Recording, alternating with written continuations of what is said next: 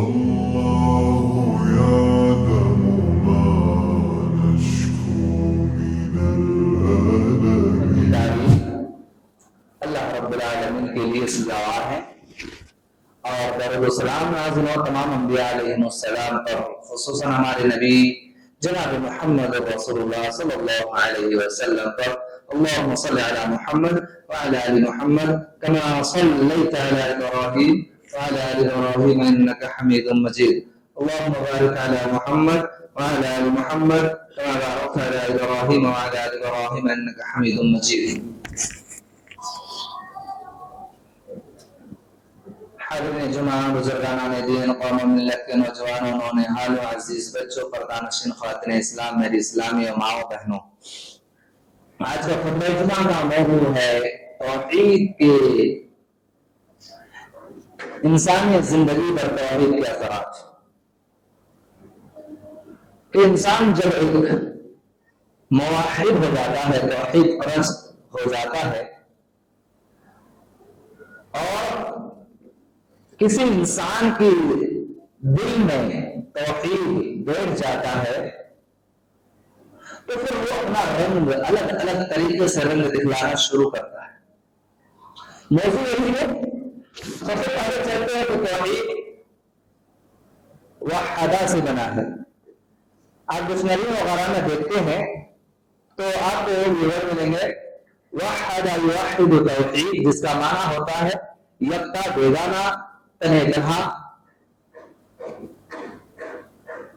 ایک اکیلا۔ اور اسی کو علامہ عبدالوہاب رحمہ اللہ اسی توحید کی تعریف میں کہتے ہیں التوحید هو افراد اللہ تعالی۔ توحید کہتے ہیں صرف اور صرف اللہ رب العالمین کی کو ماننا، توحید کہتے ہیں صرف اور صرف اللہ رب العالمین کی عبادت کرنا، اسی کا نام توحید ہے۔ اور اسی طرح سے علامہ جرجانی رحمہ اللہ اور دیگر اہل العلم نے الگ الگ طریقے سے ان کے تعریف کی ہے توحید کے۔ بعد نے کہا کہ توحید کی تین قسمیں ہیں، توحید ربوبیت، توحید الوہیت، توحید اسماء و صفات۔ یہ تمام توحید ربوبیت یعنی پیدا کرنے والا، ٹالنے والا اللہ، صرف اور صرف اللہ رب العالمین کی ذات ہے۔ سسٹم پوری دنیا کی، پورے سات آسمان، سات زمینیں اور جو بھی چیزیں ہیں، پورے سسٹم چلانے والا صرف اور صرف اللہ سبحانہ و تعالی ہے۔ اسی کا نام توحید ربوبیت کہا جاتا ہے۔ اور توحید الوہیت میں بہت شارٹس میں لے کر کے آپ کو جا رہا ہوں کہ تاریخ میں توحید الوہیت یہ دوسرے قسم کی توحید، اس کا معنی ہوتا ہے کہ کسی بھی اعتبار سے آپ عبادتیں کرتے ہیں، صرف وہ عبادت اللہ رب العالمین کے لیے ہونا، چاہے نماز کی شکل میں ہو، چاہے قربانی کی شکل میں ہو، چاہے نذر و نیاز کی شکل میں ہو، چاہے دعا کی شکل میں ہو، جس صورت میں ہے تو اگر وہ عبادت کہی جاتی ہے، اس کا نام عبادت دیا جاتا ہے، تو وہ سب اور سب عبادت صرف اللہ رب العالمین کے لیے کرنا، اپنے سر پہ تسلیم خم کر دینا، اپنے آپ کو اللہ رب العالمین کے پاس اور اللہ رب العالمین کے نزدیک اپنے آپ کو سرنڈر کر دینا۔ تو ہر اعتبار کی عبادت، جتنی قسم میں عبادت کی جاتی ہے، عبادت جس کا نام ہو، ان تمام عبادتوں کو صرف اللہ رب العالمین کے لیے کرنا، یہ توحید الوہیت ہے۔ اسماء و صفات کیا ہے؟ کہ جو بھی صفت رب ذوالجلال کی ہے وہ صفت کسی اور کو نہ دی جائے۔ اللہ رب العالمین کا نام رزاق ہے، تو سمجھ لینا اور مان لینا، ٹھان لینا، ذہن و دماغ میں بسا لینا، گھسا لینا کہ رزق کا مالک صرف اللہ رب العالمین ہے، اس کے علاوہ نہ کوئی دربار کے پجاری ہے، اور نہ ہی کوئی ملا ولی ہے، نہ کوئی انسان، زندہ انسان ہمارے رزق کا مالک ہے، اور نہ ہی کوئی قبر میں لیٹے ہوئے مٹی میں سر جانے والے جن کو ہم پیے مرشد اور اسی طرح سے جو بھی ہم ان کا نام دیتے ہیں، وہ تمام کے تمام خود محتاج ہے، وہ رازق نہیں ہو سکتا، وہ خالق نہیں ہو سکتا۔ اللہ کے بندے، اللہ رب العالمین کی ایک صفت ہے خالقیت کی، پیدا یعنی اللہ رب العالمین پیدا کرتا ہے، اللہ رب العالمین جسے چاہتا ہے نیک عطا کرتا ہے، اللہ رب العالمین جسے چاہتا ہے نیک عطا فرماتا ہے، اللہ رب العالمین جسے چاہتا ہے نیک عطا کی دولت دے دیتا ہے، اللہ جسے چاہتا ہے باندھ رکھ دیتا ہے، نہ بیٹا نہ بیٹی، بے اولاد رکھ دیتا ہے۔ یہ تمام صلاحیتیں اللہ رب العالمین کی صفات میں، نہ کوئی اجمیر والا بابا آپ کو اولاد دے سکتا، نہ کوئی بغداد والے آپ کو کوئی رزق دے سکتا، نہ کوئی اور اعتبار سے آپ کو کوئی رزق مل سکتا اور نہ کوئی اولاد مل سکتی ہے۔ تو سمیع، بصیر، رحمان، رحیم، خالق، خلاق، ستار، ستیر، جتنے بھی اللہ رب العالمین کے صفاتی نام ہیں، سب اللہ رب العالمین کے لیے یکتا کر دینا کہ یہ تمام صفتیں، یہ تمام کوالٹی صرف اللہ رب العالمین کی ہے، اور یہ تمام طور اللہ رب العالمین کے ہاتھوں میں ہے، اور اس طرح کوئی اور نہیں دے سکتا۔ بھلا جو انسان ایک کیا ہے زندہ ہو، اس وقت کچھ نہ دے سکا ہو، مرنے کے بعد اس کو اتنی پاور کہاں سے آ جاتی بھائی کہ وہ دے دے؟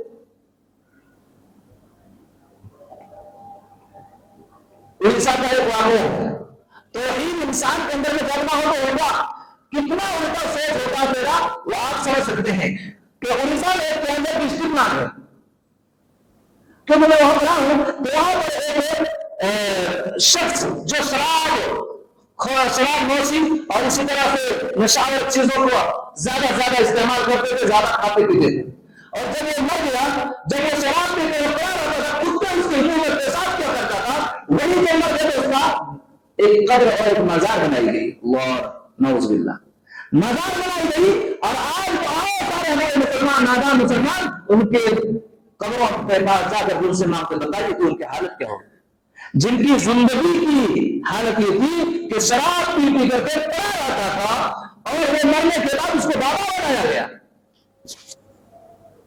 جب انسان کی زندگی میں توحید نہ ہو تو اتنی غلاظت اور اتنے بیکار اللہ یعنی اور اسی طرح سے بے فضول کے اعمال کرتے ہیں کہ دیکھ کر کے اپنے غیر بھی شرماتے ہیں، جس کے بارے میں علامہ اقبال نے کہا تھا یہ مسلمان ہیں جنہیں دیکھ کر شرمایا ہوگا۔ یہ علامہ اقبال نے بڑا سنجیدہ اور بے سے الفاظ کہے تھے۔ آج یہی حالات ہمارا ہے، ہم سمجھتے ہیں کہ صرف یہی ہے، ہم سمجھتے ہیں کہ صرف بس اسٹیچو کے سامنے یا مورتی کے سامنے کھڑے ہو جائے اس کو ہم کیا کہتے ہیں، وہی شرک ہے، وہ تو کھڑا ہے، وہ تو پڑا ہوا ہے، کھڑے ہوا ہم اس طرح ایک سے دیکھتے ہیں، جو پڑا ہوا ہے وہ کتنا ایک سے دیکھنا چاہیے۔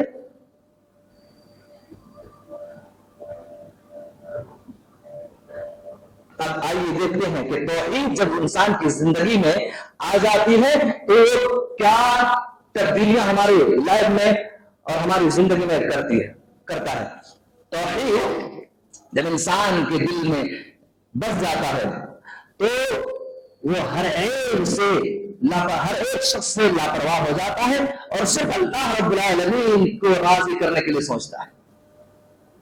صحابہ کرام نے یہی کام کی تھی، انبیاء کی تاریخ اٹھائیے، انبیاء کی سیرت اٹھائیے، آدم سے لے کر پیارے نبی علیہ السلام پر تمام انبیاء کی دعوت کا بھی نہیں توحید کی۔ آج توحید کے ٹاپک لے جائے، توحید کا موضوع لیا جائے، توحید کا عنوان لیا جائے تو انسان کو سمجھتے کہ میرے ساتھ کے پاس کوئی موضوع نہیں تھا، کوئی اور ٹاپک نہیں تھی توحید کے علاوہ۔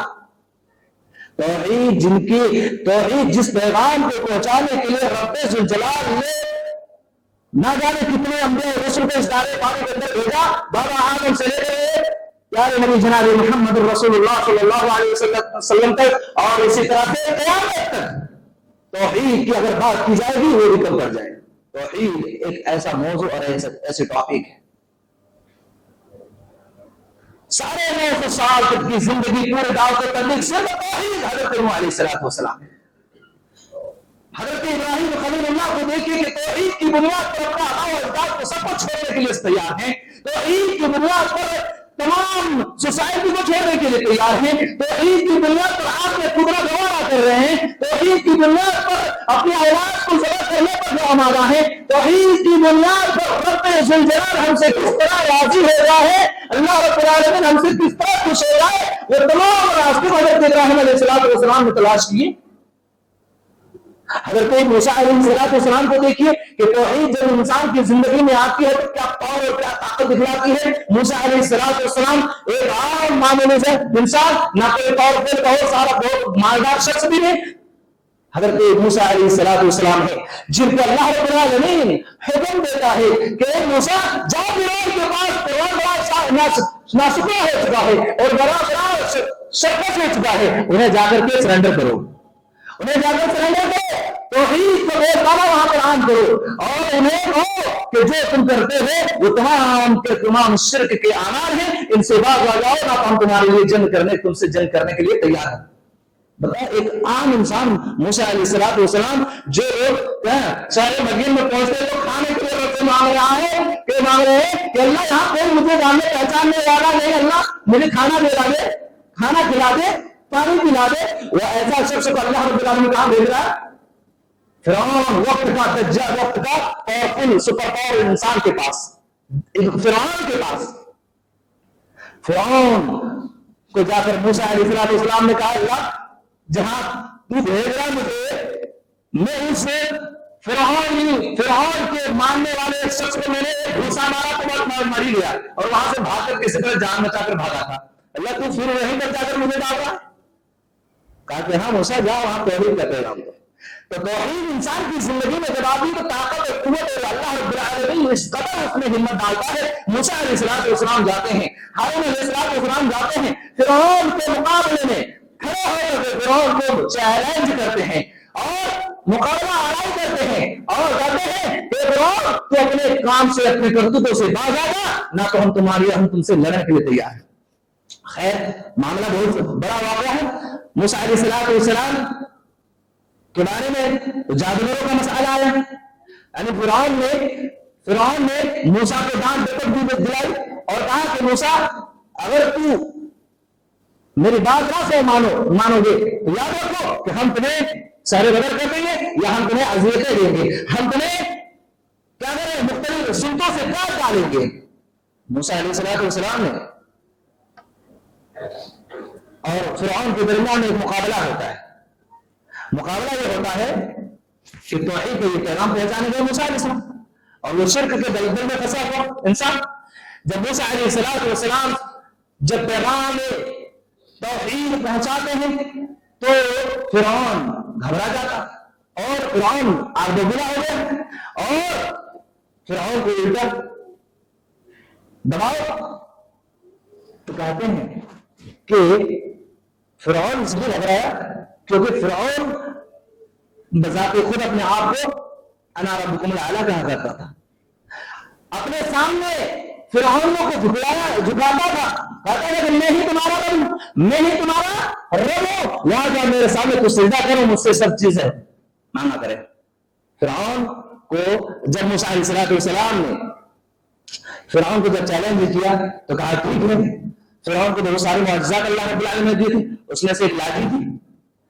فرعون نے کہا کہ اچھا تو اگر حق پر ہے تو میں اپنے بڑے جادوگروں سے ٹکرا لے، اس کے بعد مجھ سے ٹکرا لینا۔ کہنے کا تاریخ نام مورخین لکھتے ہیں اور قرآن کو کہتا ہے اس کے بارے میں کہ فرعون نے بڑے جادوگروں کو بلایا،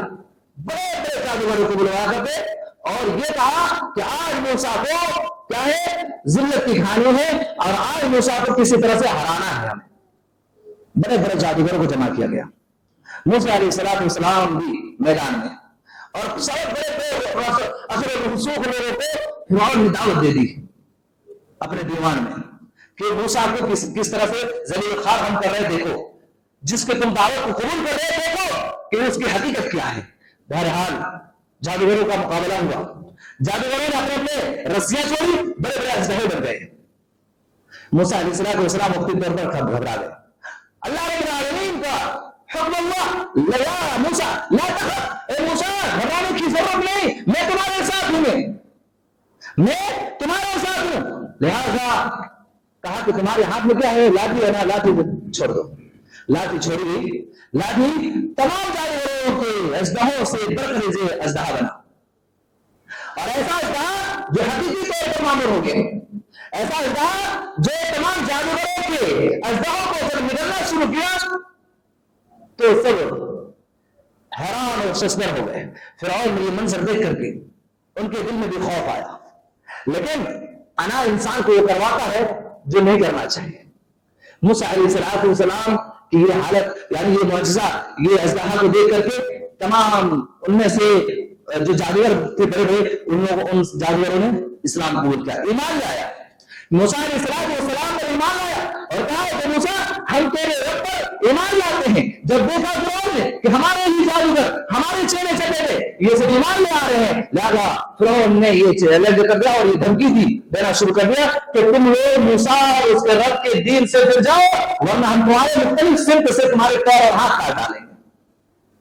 دیکھیے جب انسان کے اندر میں توحید آتا ہے تو توحید کے ذریعے سے کیسے لوگوں سے مقابلہ کر سکتا ہے انسان، کہ وہی جادوگر جو ابھی تک فرعون کے تلے چل رہے تھے، وہی جادوگر جنہوں نے جو کہہ رہے تھے کہ جب جنگ ہوئی، جب مقابلہ آرائی ہونا شروع ہوا تو ان جادوگروں نے فرعون کی قسم کھا کر کے جادو کرنا شروع ہوئے. یہ تمام باتیں کیوں؟ یہ تمام باتیں اس لیے کہ فرعون کو خوش کرنے کے لیے. لہٰذا جب دیکھا کہ موسیٰ علیہ السلام سے ہارنے لگے اور کہا بڑے بڑے جادوگروں نے کہ بھائی اس علاقے میں تو سب سے بڑے بڑے جادوگر حامی لوگ ہیں، اور ہم موسیٰ علیہ السلام کے معجزات کے سامنے ہم نے گھٹنا ٹیک دیے ہیں اور ہمارے ایک نہ چلی کوئی بھی جادو. لہٰذا ان سب نے سمجھ لیا جادوگروں نے کہ ایک جادوگر کا مسئلہ سمجھتا ہے، ایک جادوگر کا معاملہ سمجھتا ہے کہ یہ جادو ہے یا حقیقت ہے. لہٰذا جادوگروں نے پرکھ لیا کہ یہ حقیقت ہے، یہ کوئی اور پاور ہے جو موسیٰ کو مدد کے طور پر مل رہی ہے. لہٰذا ان جادوگروں نے جب اسلام، جب توحید، جب موحد بن گئے، جب موسیٰ علیہ اللہ رب العالمین پر اور موسیٰ علیہ السلام پر زمین ایمان لاتے ہیں اور کہتے ہیں، جب فرعون کے جب دھمکی آتی ہے کہ جادوگروں اگر تم لوگ ایمان سے نہیں کرو گے اور موسیٰ کے دین سے نہیں لوٹو گے تو ہم تمہیں مختلف سمتوں سے کاٹ ڈالیں گے. تو تمام جادوگروں نے یہی کہا کہ فرعون سن، تو زیادہ سے زیادہ کر کیا سکتا ہے؟ ابھی تک جس کے منہ میاں میں تو بنے ہوئے تھے، جن کے منہ پر تعریف ہوئے تھے، پھول نچھاور تھے، اسی شخص کو ابھی تو اس کے دل میں گھسی ہے اور ابھی جواب دینے کے لیے تیار ہے. یہ توحید کا اثر ہے. اللہ کے بندو توحید کو سمجھو کہ آپ اگر تم واحد بن جاؤ گے تو دنیا والوں سے ڈرو گے نہیں، بلکہ دنیا والے آپ ایک چھوٹے سے اگر کسی کے گھر میں یعنی بولنا شروع کر دے، کوڑا اگر کسی کے گھر میں بیٹھے ہوئے بولنا شروع کر دے اور اسی طرح سے دل میں اگر رابطہ ڈال دے، ہماری حالت ہوتی ہے کہ ہم ڈرنا شروع کر دیتے ہیں. لیکن یہ توحید یہ پیغام دیتا ہے کہ جب توحید آپ کے دل میں بیٹھ جائے گا تو یہ نہ دلی کے راستے کاٹنے کو تم مانو گے، اس سے نہ ڈرو گے، نہ قومے کے بولنے سے تم ڈرو گے، تم سب صرف اللہ رب العالمین سے ڈرنے والے ہو جاؤ گے. اور جب اللہ سے ڈرنے والا جو ہو جائے گا وہ دنیا کی کسی طاقت سے ڈرنے کے لیے تیار نہیں ہوگا. اور وہ پیغام دیا جو موسیٰ علیہ السلام کے خلاف میں جو جادوگر آئے تھے، فرعون کو جواب دیے ان جادوگروں نے اور کہا کہ زیادہ سے زیادہ تم کیا کر سکتے ہو؟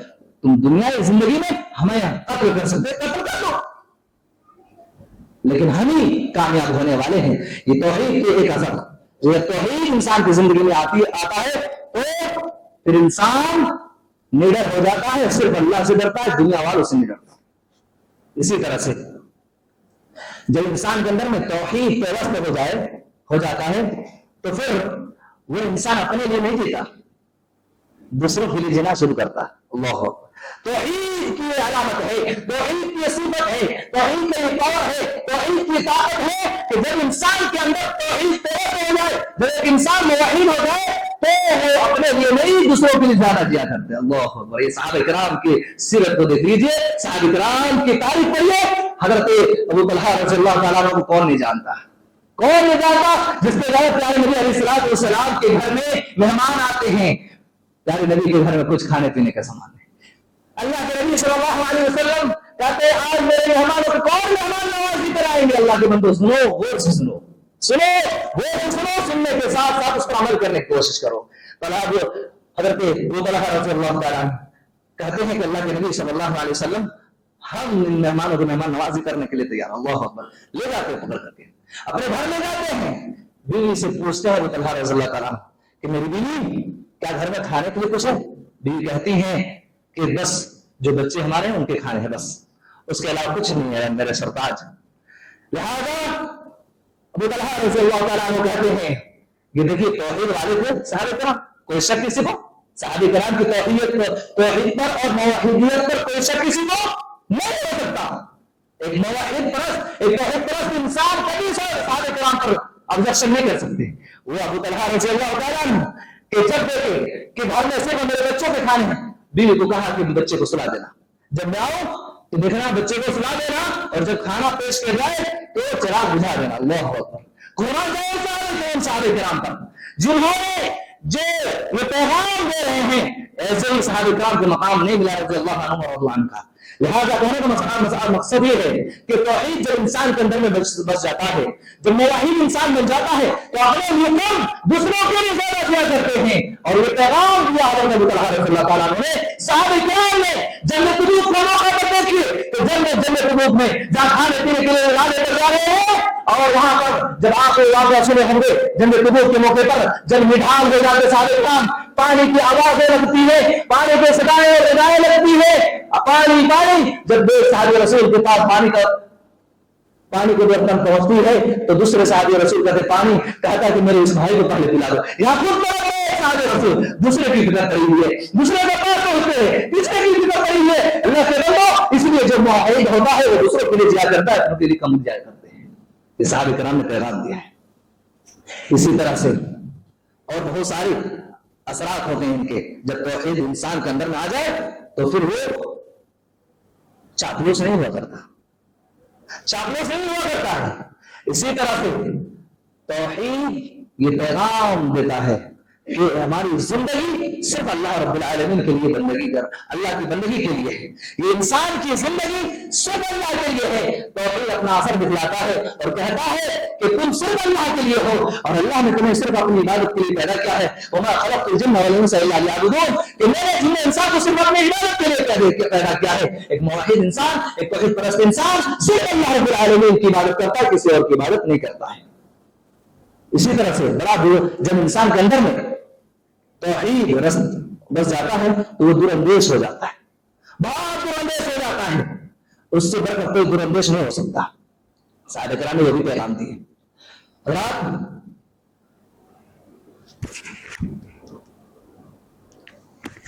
کہنے کا مقصد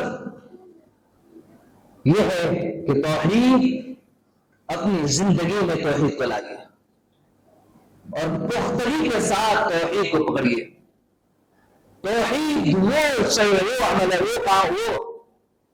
عمل ہے کہ اگر انسان جل جائے پھر ان کی زندگی دنیاوی اعتبار سے اور اخروی اعتبار سے بھی سنور جائے۔ توحید جس کے بارے میں پیارے نبی علیہ الصلوۃ والسلام نے پیغام دیے کہ قولوا لا الہ الا اللہ تفلحوا، یہ پیارے نبی علیہ الصلوۃ والسلام کی کیا ہے؟ گرین کارڈ ہے کہ لا الہ الا اللہ تو کامیاب ہو جاؤ گے۔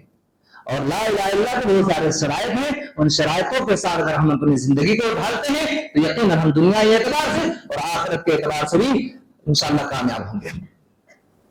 حضرات، اسی طرح سے توحید اپنا اثر دکھلاتا ہے۔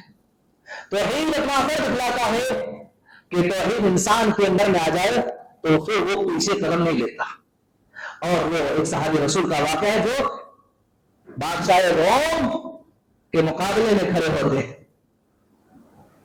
رستم جسے کہا جاتا ہے پاک اور پھر وہ بھی شخص ہے، اس کے سامنے ایک معمولی سا جن کو وہ لوگ چرواہا کہا کرتے تھے صحابہ کرام، وہ صحابی رسول جب پہنچتے ہیں تو رستم کو یہ الفاظ کہتے ہیں، اے رستم سن، میں یہاں پر غلام بننے نہیں، غلامی سے آزاد دلانے کے لیے آیا ہوں۔ توحید جب انسان کے اندر میں پلٹنے لگتا ہے اور بس جاتا ہے تو توحید کی بنیاد پر وہ آزاد ہو جاتا ہے. جب موحد انسان ہوتا تو آزاد ہوتا ہے, وہ غلام نہیں ہو سکتا. موحد انسان کبھی غلام نہیں ہوتا سوائے اللہ کے, کبھی غلام نہیں ہوتا. رستم کو ہدایت دیتے ہوئے کہا کہ رستم سن, گھوڑے پر سوار ہوتے ہوئے صحابی رسول کے ہاتھ میں ایک نیزہ تھا تیز دھاردار, اور رستم کے مکان میں گھس جاتے ہیں. بہت ڈکرے کرے ہوئے ہوتے ہیں, بہت سجائے ہوئے ہوتے ہیں, کیونکہ جب سنتے کہ کہاں سے عرب سے ایک چرواہا ایک صحابی رسول میرے پاس آ رہے ہیں, تو اس کی شان و شوکت کو کم کرنے کے لیے اور اس کو اپنے شان و شوکت کو بڑھانے کے لیے اپنے پورے مقام کو اور پورے حال کو سجا دیتے ہیں. اور جب جاتے ہیں صحابی رسول گھستے ہیں تو کہتے ہیں مورخین لکھتے ہیں کہ قالین بڑی قیمتی بچھائی ہوئی تھی, قالین میں سے ڈالتے قالین کو چیرتے پاتے رستم کے اسی کے پاس جا کر پہنچ جاتے صحابی رسول اور کہتے ہیں اے رستم سن, یہ جتنے بھی ہیں چمکدار, جتنے نے ڈیکوریٹ کیے ہیں, جتنے تم نے سجائے ہیں, یہ ہمارے لیے کوئی معنی نہیں رکھتا. معنی رکھتا صرف رب ذوالجلال کے پیغام, اور معنی رکھتے ہمیں صرف رسول اللہ صلی اللہ علیہ وسلم کے فرمان. تو موحد جب انسان ہو تو غلامی سے آزاد ہو جاتے ہیں. یہ توحید کے اثرات اللہ کے بندو, انسان کی زندگی میں جب توحید آ جائے پھر وہ غلام نہیں آزاد ہوتے. اسی لیے مسلمان آزاد پیدا ہوتا ہے. مسلمانوں ماں ہماری ماں نے ہمیں آزاد پیدا کیا ہے, ہمیں غلامی برداشت نہیں ہے. اور کل کا معاملہ 15 اگست کا ہے, یہاں پر ہم ہر جگہ ہم مسلمان کہتے ہیں ہم آزاد ہیں. آزاد کیا ہم واقعی آزاد ہیں؟ پتہ نہیں چلا کہ ہم شاید کہ موحد, ہمارے موحدیت میں ہماری توحید میں کہیں کمی ہے. ہم پکے سچے موحد نہیں ہیں, جس کی وجہ سے صرف زبان یا الفاظ سے ہم کہہ رہے ہیں کہ ہم آزاد ہیں. ہماری ذہن کی کنٹرول کسی اور میں ہے. اللہ تبارک و تعالیٰ سے دعا کرتے ہیں کہ العالمین ہمیں توحید کے شجاعی بنا. یا العالمین تو نے چونکہ توحید پر ہی کامیاب اور کامران کی سرٹیفکیٹ دی ہے, اور توحید ہی کی بنیاد پر انسان کامیاب ہوگا دنیا میں بھی, اور توحید کی بنیاد پر اللہ تو اپنے بنائی ہوئی جنت میں اپنے بندوں کو ڈالے گا. یا العالمین ہمیں موحد اور توحید پرست بنائے. یا العالمین ہمیں توحید کے شجاعی بنائے. یا العالمین ہمیں توحید کو سمجھنے والا اور اس کو نشر و اشاعت کرنے والا بنا دے. حضرات توحید ہر ہفتے میں ضرور ایک درس ہوں جو ہمارے مسلمان بھائی جو آج ہمارے ہم سے نہیں کتاب اللہ اور سنت رسول سے لکھے ہوئے ہیں, کتاب و سنت سے دور ہیں, توحید سے کوسوں دور ہیں, توحید کے نام و نشان ان کی زندگی میں نہیں ہے, توحید کو انہوں نے سمجھا نہیں ہے. اور ایسے پروگرام بنائیے جس کی بنیاد پر وہ توحید کے شجاعی بن سکے اور ان کے دل میں توحید پیوست ہو سکے. اللہ تبارک و تعالیٰ ہم سب کو سب سے پہلے مجھے موحد بنائے. العالمین جتنے بھی پورے اس گھر میں بیٹھے ہوئے ہیں اور جتنے بھی اللہ کے بندے ہیں, العالمین ان کو تو موحد اور توحید پرست بنائے, اور اس کے ذریعے سے ہمیں دنیا اور آخرت میں کامیاب اور کامران عطا فرمائے.